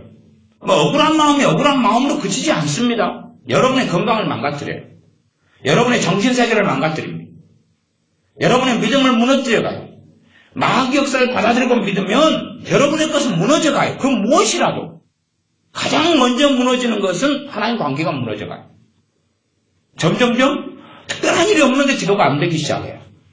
그러면 여러분은 마귀가 주는 걸 먹었다는 이야기예요. 그러면 기도가 안 돼가요. 마귀가 주는 원망을 여러분이 먹었어요. 그러면 여러분은 원망 좀 했다고 무슨 죄가 됩니까? 사회적으로 원망했다고 경찰관이 와서 잡아갑니까? 안 그러지 않습니까? 혼자 그냥 원망 좀 했는데. 근데 마귀 역사가 들어온 원망을 여러분이 먹으면 그럼 여러분의 상황이 점점점 심각해져가요. 원망을 마귀가 주는 걸 먹으면 첫째는 무기력해져가요. 기도하기 싫어져가요. 기도하면 기도가 잘 안 돼요. 육체적으로 한다면 탈이 나버렸거든요. 뱃속에 탈이 나버렸어요. 이상이 생겨버렸어요. 여러분이 구분해야 돼요. 여러분이 하는 원망도 해결을 하셔야 되지만 더 무서운 건 마귀가 주는 원망을 먹는 거예요. 여러분이 하는 분노도 회개하셔야 되지만 여러분이 하는 분노는 여러분을 사로잡지 못합니다. 왜요? 분노는 여러분의 것이니까. 여러분의 것은 말을 좀 안 듣더라도 컨트롤이 되는 거예요. 이해되십니까? 여러분에게 속한 분노는 컨트롤이 돼요? 안 돼요? 좀 힘들더라도 컨트롤이 돼요. 누구 거니까? 여러분 거니까. 그 차이를 잘 기억하셔야 돼요. 생각이 여러분 생각이면 컨트롤이 돼야 돼요? 안 돼야 돼요? 돼야 돼요. 여러분의 감정이, 여러분의 신체 컨트롤 됩니까? 안 됩니까? 되지요? 안 되십니까? 손가락 이렇게. 여러분이 엄지를, 이제 장애인들을 빼시고는 손가락을 움직이면 다 움직이시잖아요, 이렇게. 에? 물론 또 어떤 사람에게 듣기로는, 컨트롤이 안 돼가지고 방귀를 끼려고 그랬는데, 낀 다음에 이제 똥이 나왔다고. 그래서 길 가다가 상당히 난감했다고 이야기를 들었습니다. 그럼 이제 치료를 좀 받아야 되겠죠. 그러나 어지간하면 우리가 다 컨트롤 해요. 내 감정, 내 생각은 내 말을 듣습니다. 내 말을 들어요. 내 거니까. 그런데 내 말을 안 듣는 것은 내 것이 아니니까 안 듣는 것입니다. 내 것이 아니니까. 내 것인 것처럼 인두꺼비를 쓰고 있는 거예요. 인두꺼비.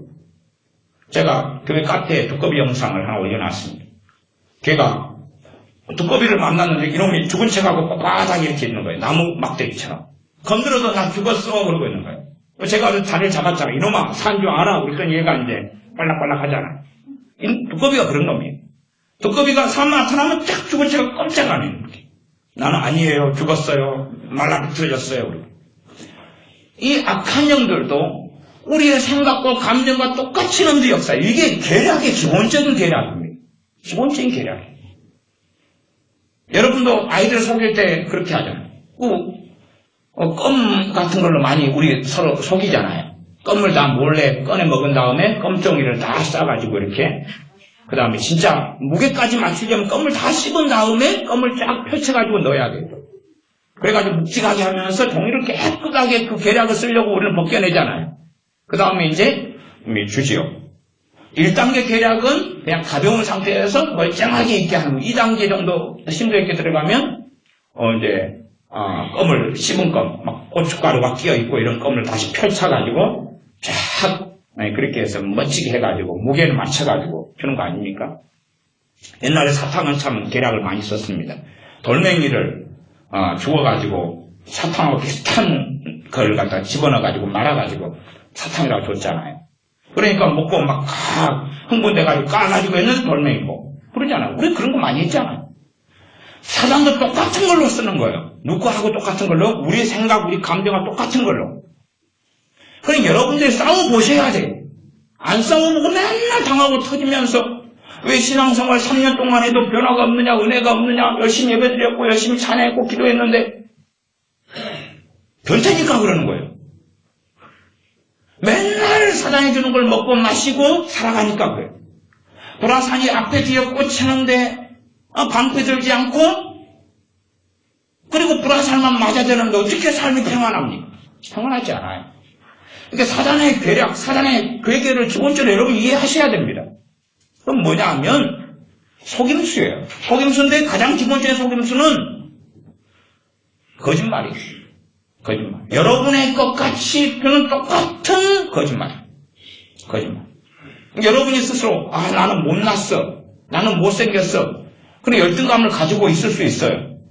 그것도 주님 앞에 문제가 됩니다. 왜냐하면 주님의 사람들은 영원의 세계를 보고 살지 잠시 이 땅에 살아가는 짧은 세계를 보고 살지는 않아요. 이 땅에서는 좀 못났을 수도 있고 짜리몽땅할 수도 있고 빽빽할 수도 있고 키가 크고 작고 뚱뚱하고 울쭉하고 못생기고 잘나고 할 수 있다 그 말이에요. 그러나 영원한 세계를 바라보고 사는 사람들 그것 때문에 절망하거나 불행하거나 행복하거나 그렇게 좌지우지 되지 않습니다. 그러면 내가 못났다 이걸 가지고 사는데 마귀가 이제 내가 평상시 하는 못났다 하는 열등감을 줘요. 똑같은 내 생각처럼. 그래서 거울을 딱 보는데 나는 왜 이리 못났을까 마음이 들어요. 내가 하는 생각은 대단한 힘이 없어요. 내 마음을 쉽게 절망으로 끌고 가지 못해요. 내가 하는 생각은. 그러면 여러분이 나는 행복하다 이렇게 한번 생각해 보세요. 그러면 막 그때부터 행복이 막 샘솟듯 일어나요? 그럽니까? 내가 하는 생각은 대단한 파워나 힘이 없습니다. 주 안에서 나는 기쁘다. 진짜 기뻐요? 그렇게 한번 고백한다 해서 뭔가 있지를 않아요. 그런데 나는 왜 이리 못났을까가 마귀가 주는 나는 왜 이리 못났을까 그래요. 마귀가 나인 것처럼 이놈들이 꿈이거든요. 그런 생각과 감정으로 역사할 때에 그걸 내가 받아들여요.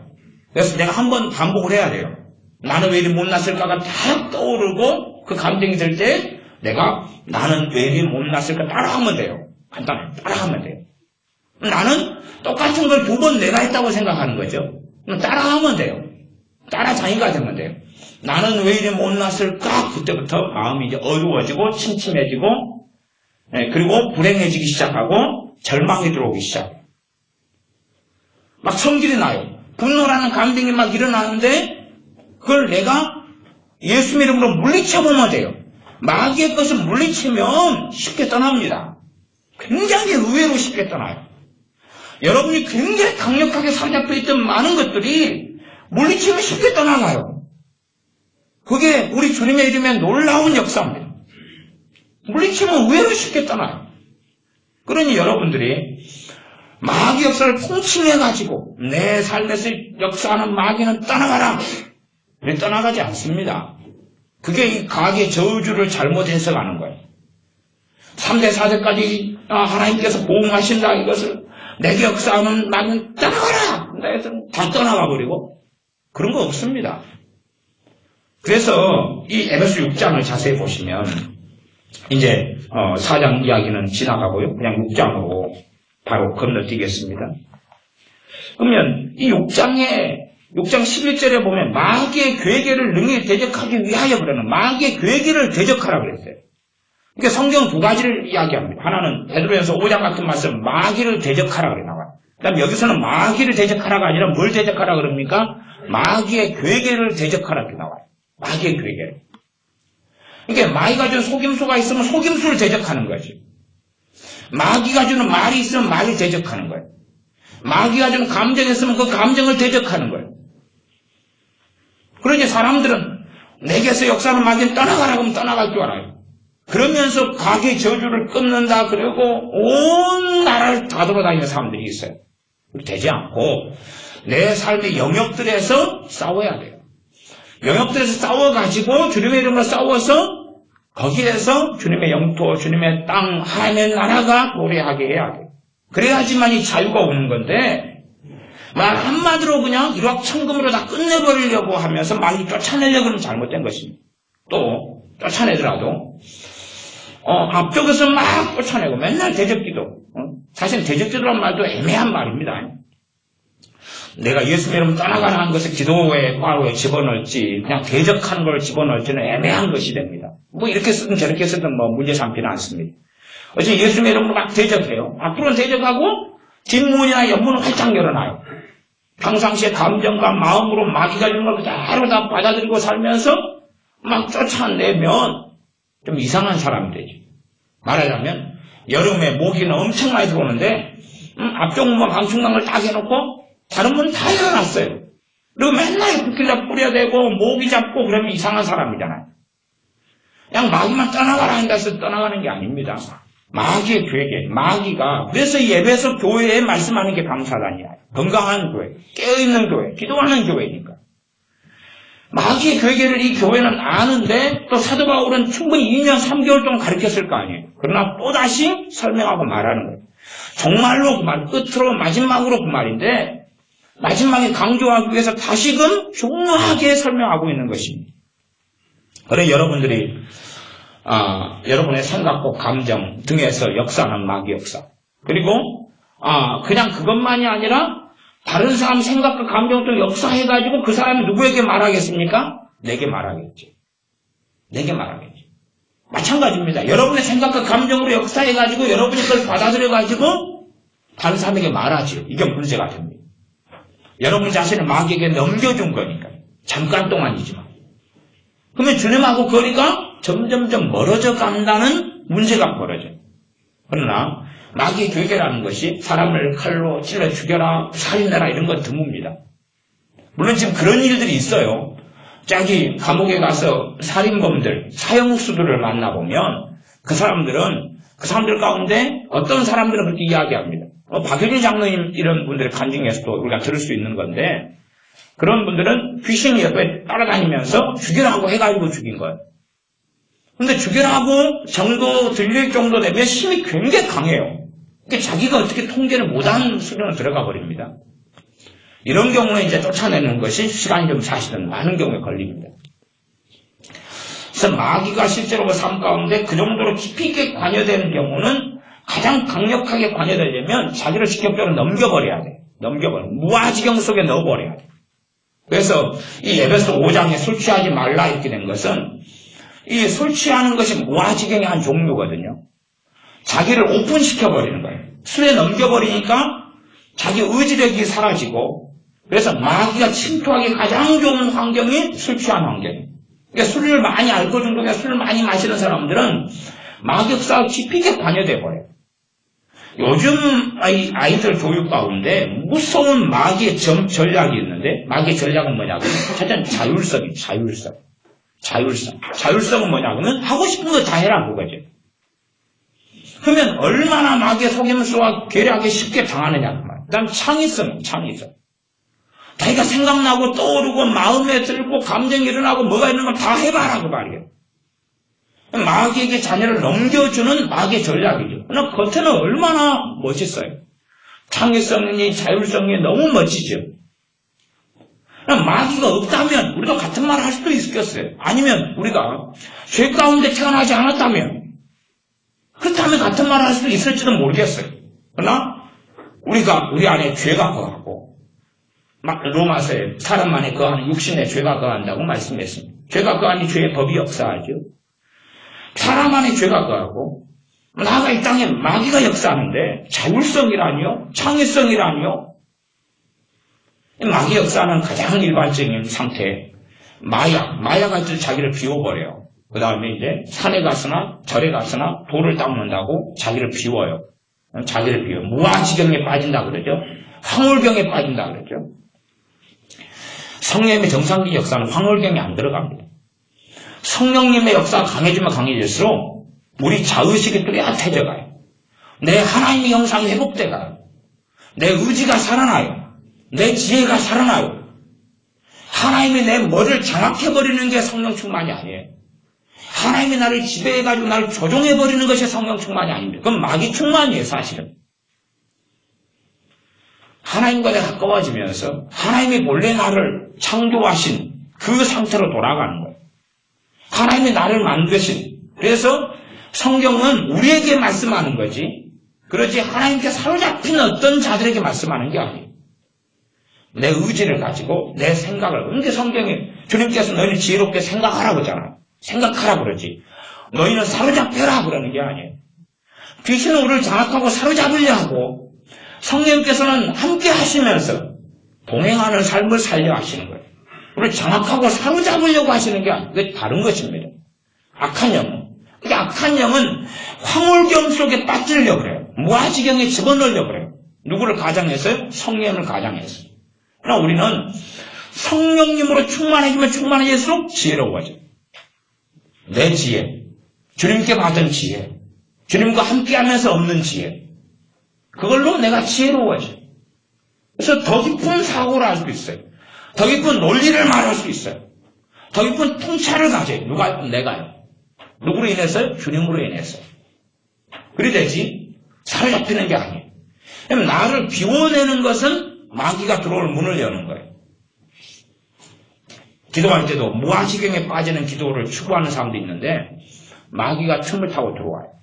그 다음에 감정으로 기도하는 사람들도 마귀가 틈을 타고 들어와요. 감정으로 막 울고짖으면서 기도하거나 감정적인 뭔가를 막 일으키면서 기도하는 사람들, 자기 스스로 열심을 내가지고 막 불러일으켜서 하는 사람들, 또 요즘에는 그 성령춤이라고 해가지고 막 춤을 추는 기도원이나 영성 단체들이 많습니다. 근데 춤을 출 때에 주로 무아지경 속에 춤을 권장하거든요. 자기를 비우고 아무 생각 없이 막 충동적으로 일어나는 대로 뭐 하라는 거예요? 춤을 추라는 거예요. 손을 이렇게 움직이고 싶으면 움직이면서 춤을 추고 빙글빙글 돌고 싶으면 돌고. 근데 이렇게 가만히 보면요, 우리는 보통 한 5바퀴 돌면 어지럽잖아요. 근데 30분을 돌아도 안 어지럽대요. 그러니까 성령의 역사라는 거예요. 아니요, 마귀 역사입니다. 무아지경에 빠져서 30분을 돌아요.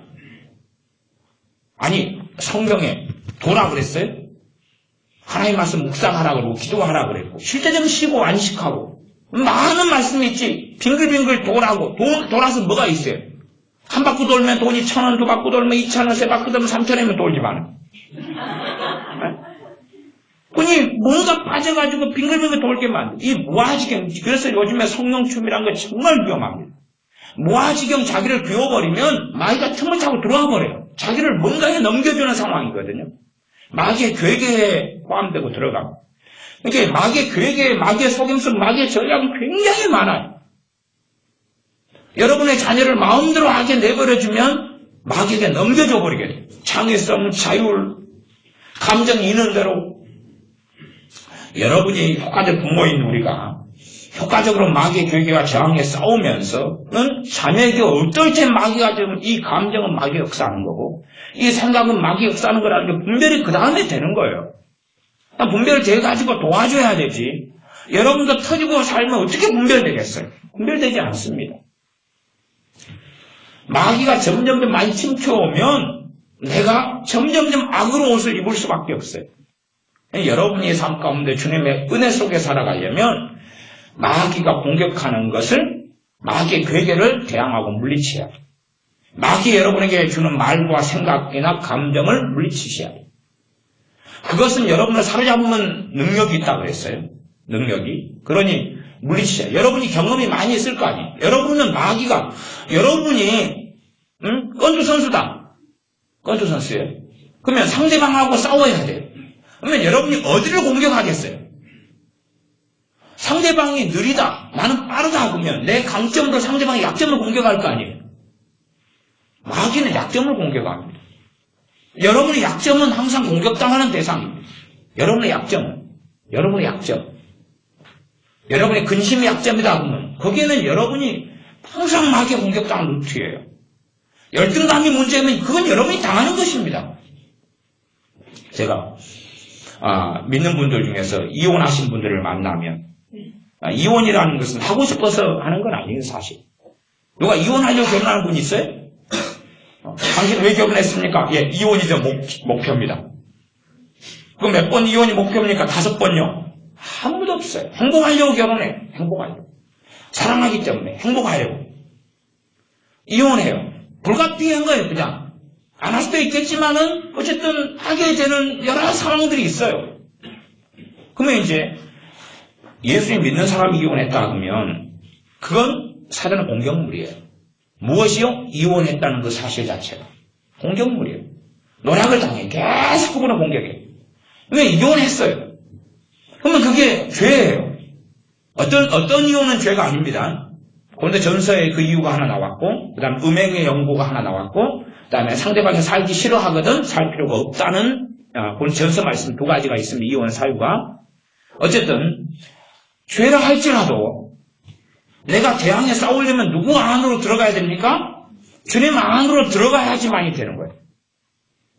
그러면 내가 이혼 가지고 계속 이혼에 대해 정죄감이나 자책감이 일어나요. 공격을 그걸 받아들이면 기도 생활이 막혀요.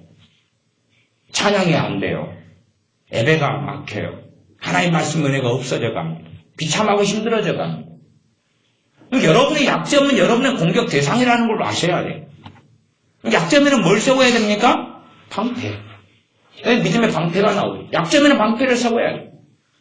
여러분이 자녀가 문제가 있다 그러면 자녀를 위해서는 근심의 기도를 해야 됩니까? 믿음의 기도를 해야 됩니까? 믿음의 기도를 해야 돼요. 그런데 자녀가 근심거리인데 어떻게 믿음의 기도가 돼요? 왜 믿음의 기도가 거꾸로 안 되는지를 제가 말씀드리면 당하니까 그래요.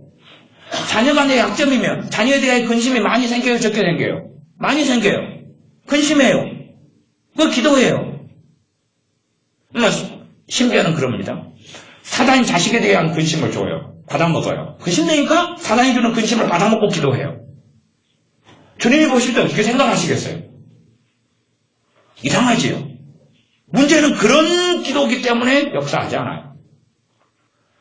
자녀가 내 약점이라면 자녀에 대한 근심과 염려와 두려움과 불안으로 내게 줄 거 아니에요. 그러면 싸워야지요. 그래서 자녀를 이렇게 맡긴 가운데 믿음으로 평안 가운데 기도해야지 역사하는 거. 그 기도가 열매를 맺어요. 내 약점, 여러분의 약점은 사단의 공격 대상이에요. 그럼 그 약점을 보호하셔야 돼요. 약점을 방어하셔야 돼요. 여러분에게 드는 생각들을 다 받아들여서는 안 돼요. 그것이 전부 다 여러분의 것이 아니거든. 나아가서 여러분이 마귀가 주는 생각을 했어요. 제가 그런 분들이 있어요. 기도만 하면 우리 주님에 대해서 욕이 나온대. 욕이 나온대. 그러니까 너무 비참한 거예요. 기도를 하는데 주님에 대한 욕이 나와요. 그런 분들 여러분은 많이 안 접하셨죠. 근데 저같이 이제 축사나 치유나 이런 사역을 많이 경험하다 보면 의외로 굉장히 많습니다. 예수 믿는 분인데, 믿음이 좋은 분인데도 많아요.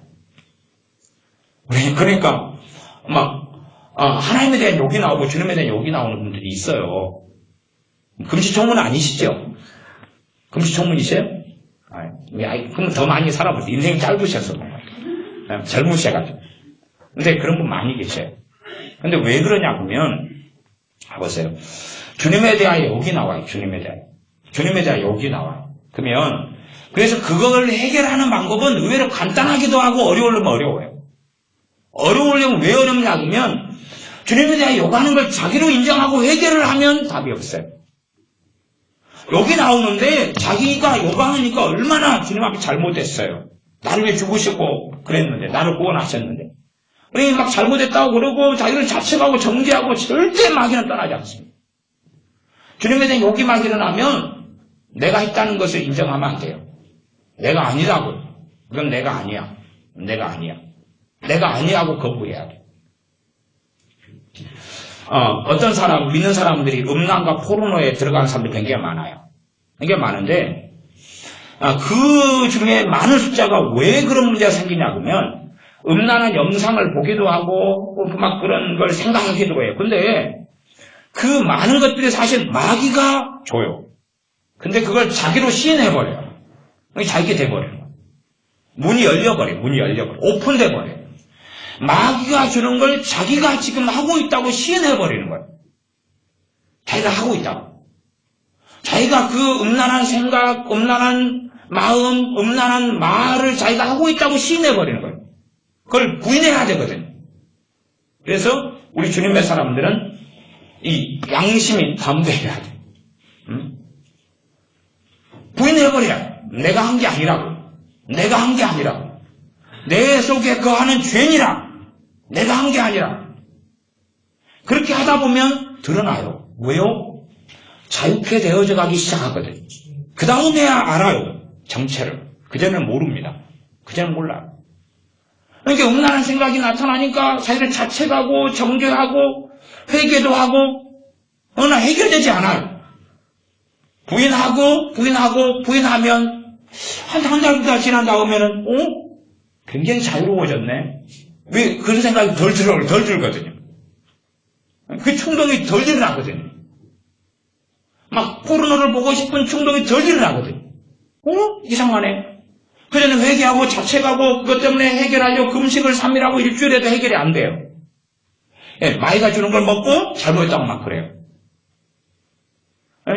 불량 음식을 먹고 배탈 나가지고 배 아프다고 그래요. 그러면 해결이 안 되죠. 시간이 흘러야 되죠. 또 불량 음식을 먹어요. 해결이 안 돼요. 우리는 하나님 말씀에서 내가 말씀을 받아들이고 그 말씀대로 살고자 하는 나가 있지요. 그 나가 진짜 나예요.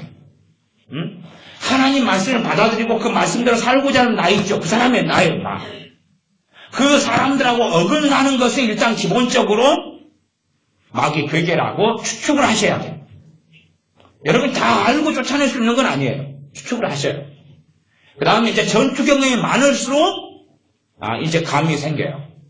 왜? 열매가 나타나니까.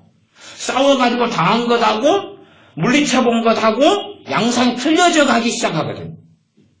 그러면서 여러분은 이제 경험자가 돼요. 옛날로 한다면 용병이 되죠. 싸움에 능한 사람이 되죠. 전사가 되죠.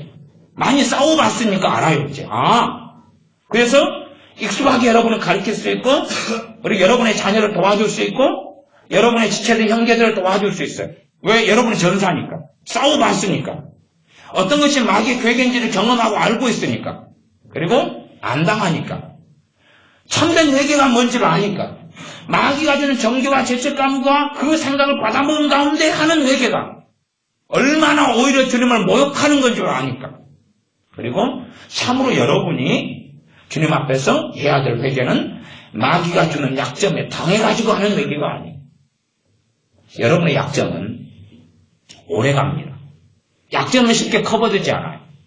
그렇기 때문에 성령님께서는 여러분의 약점에 대해서 말씀을 거의 안 하십니다. 여러분의 약점이 쉽게 커버되면 자식을 앞에다 앉혀놓고 1시간 잔소리 해보세요. 자식이 완전히 변화돼버리죠. 아니 자식이 약점을 너 이거 고쳐 하면 이거 변해버려요. 그럽니까 안 그럽니까? 안 그럽니다. 어른인 우리라도 마찬가지. 우리의 문제와 부족함을 알아도 그 지적을 하고 당한다 해서 고쳐지지 않습니다. 시간이 걸려요. 시간이 걸리는 걸 아시는 성령님께서 그 부분을 지적하시는 게 아니에요. 자주 지적하실 이유도 없고 그렇게 하시지 않아요. 사람을 아시니까 그래요. 누구는 자주 공격하고 지적하겠습니까? 마귀는요. 그런 여러분들이 여러분 약점에서 공격이 들어왔는데 마귀가 있는데 아이고 주님이 나를 책망하시는갑다 그러면 여러분은 주님을 그 짧은 시간을 바꿔버리신 거예요. 마귀를 성령님으로 받아들여 보는 거예요. 그러면 이게 도대체가 무슨 상황이냐, 그러니까 기도가 막혀요. 그러니까 주님하고 거리가 멀어져요. 신실하게 열심히 그냥, 어떤 말에서는 직장, 교회, 그 다음에 집, 그거밖에 모르는 사람이 주님의 은혜 속에 살지는 못해요.